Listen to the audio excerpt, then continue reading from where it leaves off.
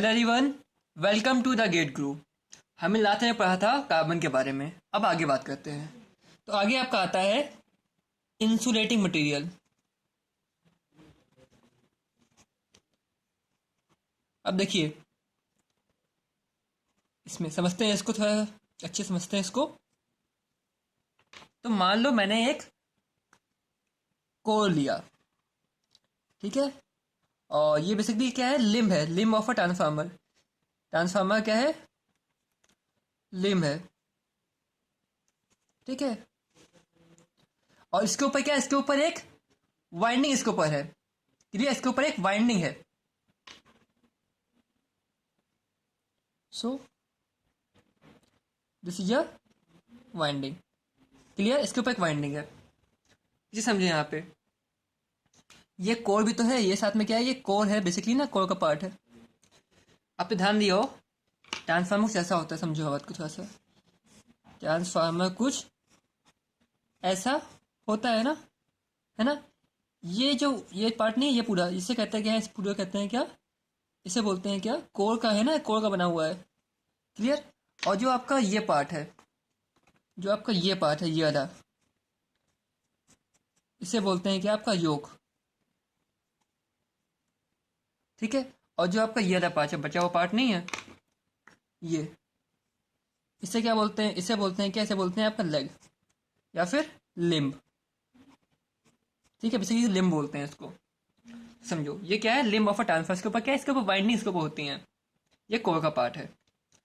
अब देखो, basically core का काम क्या होता है, समझो। यहाँ पे कोर का काम क्या है, कोर का काम है फ्लक्स को कैरी करना, मैग्नेटिक फ्लक्स को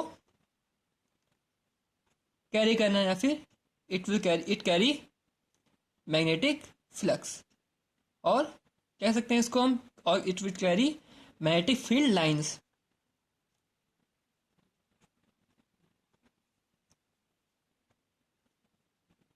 क्लियर। अब देखो, अगर मैग्नेटिक फील्ड लाइन ये लेके जाए तो वाइंडिंग क्या लेके जाएगी, वाइंडिंग विल कैरी, वाइंडिंग क्या कैरी करती है बताओ मेरे को, वाइंडिंग कैरी करंट। सो समझो बात को, जब वाइंडिंग करंट लेके जा रही है, और कोई क्या लेके जा रही है, कोई लेके जा रहा है बेसिकली मैग्नेटिक फ्लक्स लाइन लेके जा रहा है। तो बीच में कुछ ना कुछ सेपरेट करेगा ना इसको, हमें कोर के ऊपर कुछ रखना पड़ेगा ना, इसके ऊपर वाइंडिंग करेंगे। तो इन दोनों के बीच में यहाँ पे कहीं पर समझना, यहाँ पे बात को, यहाँ कहीं पर, यहाँ ऐसे ऐसे पहले बनाएंगे, पहले लेंगे आपकी, पहले लेते हैं हम क्या, पहले लेते हैं कोर। मान लिया आपकी ये कोर ली मैंने, ठीक है। इसके ऊपर क्या किया मैंने, एक इंसुलेटिंग मटेरियल हमने चढ़ा दिया इसे, ठीक है, ये चढ़ा दिया इसके ऊपर।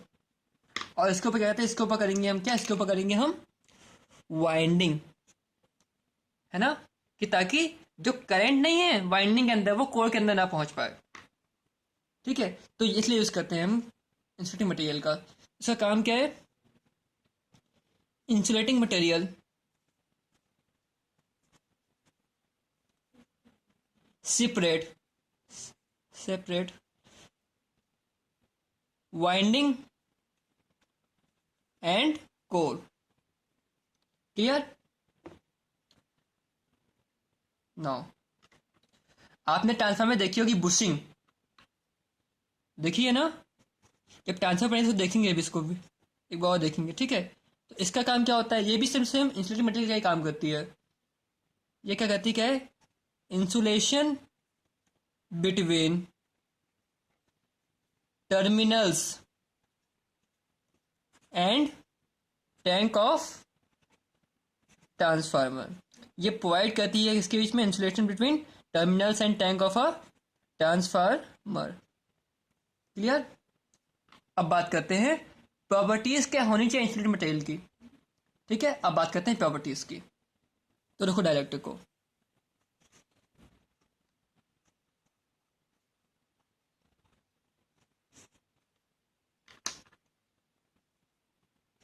देखो, इंसुलेटर इंसुलेटर हैविंग डाइपोल, जिस किसी भी इंसुलेटर के अंदर डाइपोल्स होते हैं उसे क्या बोलते हैं, dielectric. Insulator having electric dipoles, उसे बोलेंगे क्या, आपका डाई इलेक्ट्रिक। क्लियर? अब आगे बात करते हैं।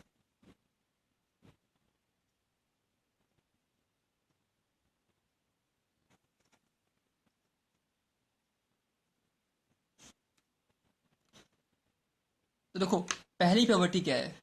पहली प्रॉपर्टी है आपकी हाई इंसुलेशन रेजिस्टेंस। क्लियर? दूसरी है आपकी रेजिस्टेंस, है ना, हाई डाइलेक्ट्रिक स्ट्रेंथ। और थर्ड प्रॉपर्टी है आपकी, पहले लिख रहा हूं, समझाऊंगा बाद में, ठीक है। तीसरी है आपकी लो डाइलेक्ट्रिक लॉसेस। अब यहाँ पे एक वर्ड आ रहा है, देखो ध्यान, डाइलेक्ट्रिक, डाइलेक्ट्रिक और डाइलेक्ट्रिक स्ट्रेंथ, डाइलेक्ट्रिक लॉसेस, इनको समझेंगे, लाइट से समझेंगे इनको, ठीक है, किस तरह समझते जाएंगे चीज़ों को। फोर्थ है आपका क्या, good thermal conductivity.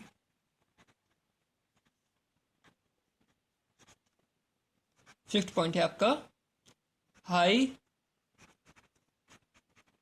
Thermal stability. और सिक्स पॉइंट है आपका नॉन हाइग्रोस्कोपिक। अब देखो, इसका मतलब क्या होता है, हाइग्रोस मतलब समझ लो, इसका मतलब क्या होता है basically, does not absorb moisture. Basically moisture को एब्जॉर्ब नहीं करता है, जो इंस्ट्रूमेंट होता नहीं है वो मॉइस्चर को एब्जॉर्ब नहीं करेगा, ऐसी प्रॉपर्टी होती है ये। अगला पॉइंट क्या है आपका, seven point, resistant to vibration, वो वाइब्रेट नहीं करेगा, and corrosion.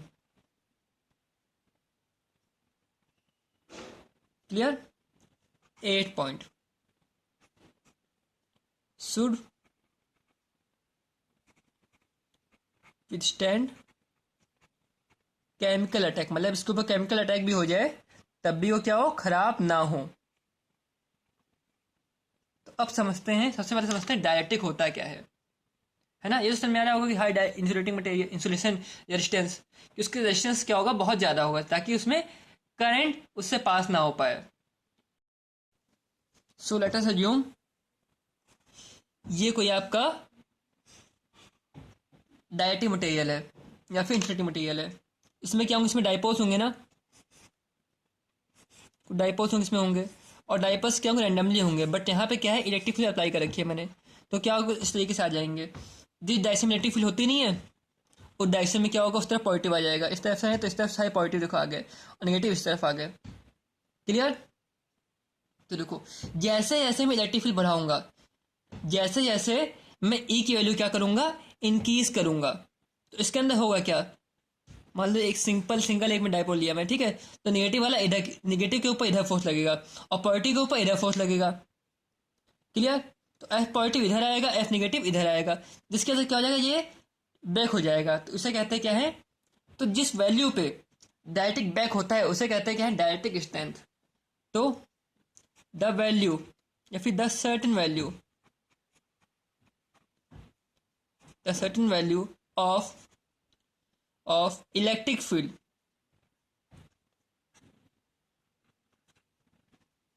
at which dielectric break is known as, क्या बोलेंगे बताओ मेरे को, डाइलेक्ट्रिक स्ट्रेंथ।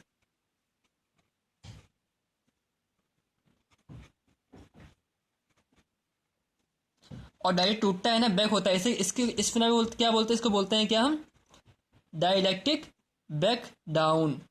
क्या बोलते हैं, डाइलेक्ट्रिक बैक डाउन बोलते हैं इसको। क्लियर? अब बात करते हैं डाइलेक्ट्रिक लॉस की।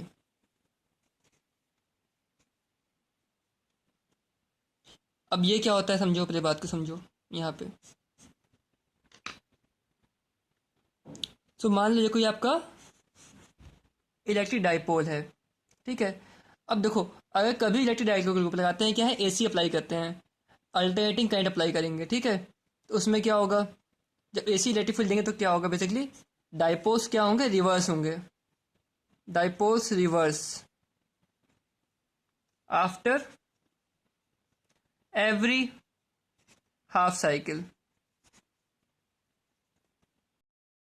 तो देखो यहाँ पर हमने किया क्या, यहाँ पे हमने इसको अल्टरनेटिंग इलेक्ट्रिक फील्ड इसको अब दी, ठीक है। डाइपोल को, डाइपोल्स हम क्या देखें, जब एसी इलेक्ट्रिक फील्ड देते हैं तो देख क्या रहे हैं कि डाइपोल्स क्या है, हर हाफ साइकिल में क्या हो रहे हैं, वो रिवर्स हो रहे हैं, ठीक। अब देखो इतनी, अब जो डाइपोल रिवर्स हो रहे हैं बहुत जल्दी रिवर्स होंगे ना, जब बहुत जल्दी रिवर्स होंगे तो क्या होगा, तो एनर्जी लॉस होगी, तो energy loss in the reversal is called dielectric loss. Clear. देखिए प्रॉपर्टी देखते हैं इसकी, अब समझते हैं कि प्रॉपर्टी को। तो पहली प्रॉपर्टी क्या है, हाई इंसुलेशन रेजिस्टेंस। अगर हाई हो इसका मतलब क्या है, इसमें कोई करंट नहीं पास हो पाएगी, तो होना चाहिए। अगला क्या है, हाई डाइट स्टेंट। हमने देखा डाइट स्टेंट होती क्या है बेसिकली, कि डाइपोल होते बैक करने में कितनी इलेक्ट्रिक फील्ड बैक हो जाएंगे, तो इलेक्ट्रिक फील्ड की वैल्यू क्या बहुत ही हाई होनी चाहिए इस पर बैक हो वो। क्लियर। अगला क्या है, लो डाइट लॉस, जो लॉस होते हैं वो बहुत ही कम होनी चाहिए। गुड थर्मल कंडक्टिविटी, अगर हाई होगी तो फायदा होगा हमको, है ना। अगला क्या है, हाई थर्मल स्टेबिलिटी। देखो टेम्परेचर को बढ़ता नहीं बहुत ज़्यादा, तो स्टेबल है, ऐसा ना हो कि हाँ वो बेसिकली मेल्ट हो गया इंसुलेट मटीरियल, तो ऐसा भी ना हो। अगला क्या है, नॉन हाइग्रोस्कोपिक। तो इसका मतलब क्या होता है कि वो मॉइस्चर का ऑब्जॉर्व ना करे। क्लियर। रेजिस्टेंट टू वाइब्रेशन, ठीक है। अगर कहीं वाइब्रेशन हो रहा हो तो क्या हो, उसको वो रेजिस्ट कर पाए, उसको रोक पाए, ऐसा मटेरियल चाहिए हमको। रेजिस्टेंट टू कोलिजन, रेजिस्टेंस मतलब कि कोरोड ना हो, जिसके अंदर उसके ऊपर जंग ना लगे, उसके ऊपर कोलिजन ना हो उसके ऊपर, ठीक है। शुड विथस्टैंड केमिकल अटैक, अगर उसको केमिकल अटैक तभी क्या हो, तब भी उसके ऊपर केमिकल अटैक को झेल पाया वो। ऐसा ना हो केमिकल अटैक जल गया, या फिर रिएक्शन कुछ हो गई और टेम्परेचर बहुत ज़्यादा इसे, तो ऐसा कुछ ना हो, ज़्यादा कुछ ऐसा कुछ ना हो, वो झेल पाए चीज़ों को। क्लियर। तो इस प्रॉपर्टीज होती हैं इंसुलेटिंग मटेरियल की। तो आज के इतना ही, अब कल बात करेंगे हम मैग्नेटिक मटेरियल्स की। Thank you for watching this video. अच्छा लगा लाइक शेयर कमेंट करिएगा आप लोग।